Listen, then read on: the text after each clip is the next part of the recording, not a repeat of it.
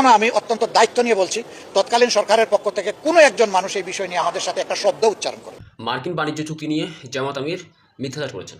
তিনি যে দাবি করেছেন অন্তর্বর্তীকালীন সরকার এই চুক্তিটা করার সময় জামাতকে জানায় নেই, এটা সম্পূর্ণ মিথ্যা কথা।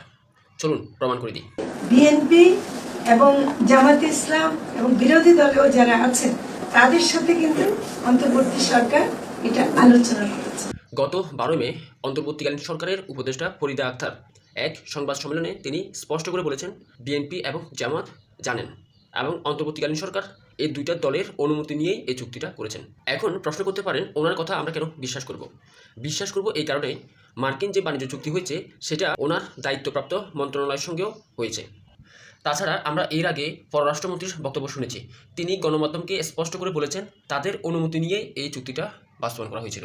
ইউএস ট্রেড রিপ্রেজেন্টেটিভ আমাদের প্রধান দুটি দলের প্রধানের সঙ্গে নির্বাচন আগে কথা হয়েছে এবং তারাও এতে সম্মতি দিয়েছে। সুতরাং এমন না যে এইটা আমরা অন্ধকারে করেছি। এখন বলতে পারেন তার কথা আমরা কেন বিশ্বাস করব? আরে ভাই, তার কথাই তো বিশ্বাস করতে হবে, কারণ এই চুক্তির মাস্টার মাইন্ডও তিনি, তারই মধ্যস্থতায় এই চুক্তিটা হয়েছে। তার কথা বিশ্বাস না করলে আর কার কথা বিশ্বাস করবেন? স্বয়ং আল্লাহ এসেও যদি আপনাদেরকে বলে তারপর আপনারা বিশ্বাস করবেন না। জামাত আমির যে দাবি করেছেন অন্তর্বর্তীকালীন সরকার এই চুক্তির বিষয়ে ওনাদের সঙ্গে কোনো আলোচনা করেন নাই, এমন মিথ্যাচার বা এমন দায়িত্ব নিয়ে মিথ্যাচার তিনি আরও অনেকবার করেছেন।